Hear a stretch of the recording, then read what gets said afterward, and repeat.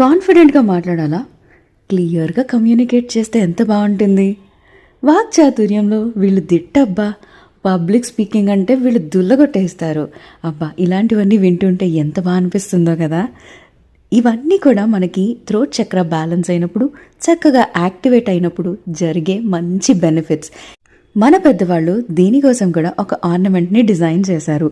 అడ్డికలు, నక్లెస్లు ఇట్లాంటివన్నీ కూడా థ్రోట్ చక్రాకి దగ్గరగా, అంటే మన గొంతుకు దగ్గరగా వేసుకుంటాం కాబట్టి ఇమీడియట్గా దాన్ని యాక్టివేట్ చేస్తుంటుంది. ఇదేంటి ఇలాగా అంటే, బంగారానికి ఉన్న ఒక అద్భుతమైన క్వాలిటీ ఏంటంటే అది పాజిటివ్ ఎనర్జీని బయట నుంచి మన బాడీలోకి ట్రాన్స్మిట్ చేసే ఒక అద్భుతమైన గుణం ఉంది దానివల్ల అన్నమాట.